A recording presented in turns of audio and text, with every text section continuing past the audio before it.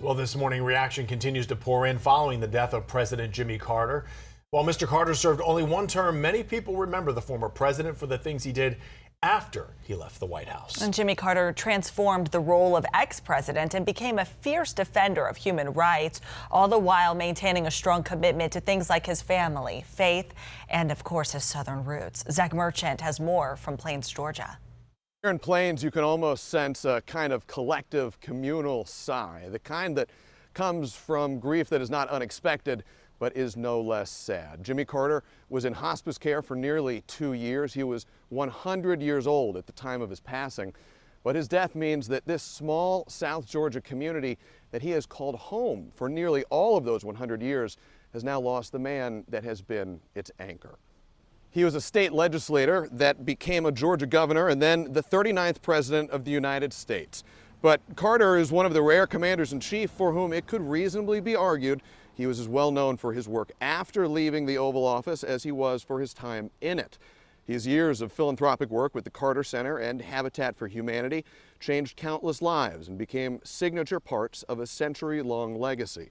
And his decades-long dedication to his work as a Sunday school teacher here in Plains fortified his relentless commitment to the small community he has called home for nearly all of his life. Over the course of the last few months, we've gotten the chance to speak several times with Carter's grandson, Jason. I asked him a few months ago in September about what memories stood out to him as he reflected on President Carter's legacy. His answer reflects the sense of a man who rose to the highest peaks of world power, but kept his roots in the same Georgia clay where it had always been planted. The things that I think about that stop me in my tracks about my grandfather are not about public legacy, but they're about, the going fishing, or, this is, him teaching my kids how to, shoot a gun or how to clean a catfish. Those are the things that are the personal side for me that stop me. Zach Merchant reporting there, taking a live look outside from the White House where Carter served as 39th president from the years 1977 to 1981. You can see the flag there at half-staff this morning. President Biden last night addressing the nation saying America and the world lost a remarkable leader. What I find extraordinary about Jimmy Carter, though, is that millions of people all around the world, all over the world, feel they lost a friend as well, even though they never met him. And that's because Jimmy Carter lived a life measured not by words, but by his deeds. President Biden also revealing Carter asked him to deliver the eulogy at his funeral, their friendship spanning now more than 50 years. President George W. Bush also remembering President Carter in a statement saying, James Earl Carter Jr. was a man of deeply held convictions. He was loyal to his family, his community, and his country. President Carter dignified the office, and his efforts to leave behind a better world didn't end with the presidency. His work with Habitat for Humanity and the Carter Center set an example of service that will inspire Americans for generations.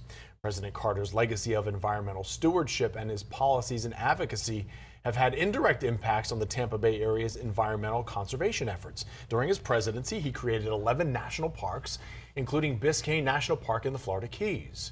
Carter, after his presidency, continued to push and rally for environmental causes and was a frequent visitor of the Turtle Hospital in Marathon. The Florida Keys tweeting out a picture of the former president during a visit back in 2010. Jimmy Carter and his wife Rosalind were prominent supporters of Habitat for Humanity. The Carters participating in various habitat builds, including projects right here in the Sunshine State. Carter first volunteered with the organization in 1984. Habitat for Humanity helps homeowners build homes alongside volunteers, and it was founded in Americus, Georgia, not far from Carter's hometown of Plains. Not long afterward, he got down to business, building homes for the nonprofit and opening new chapters all across the country. His status as a former president even helped shine a light on these organizations just as they were beginning to grow.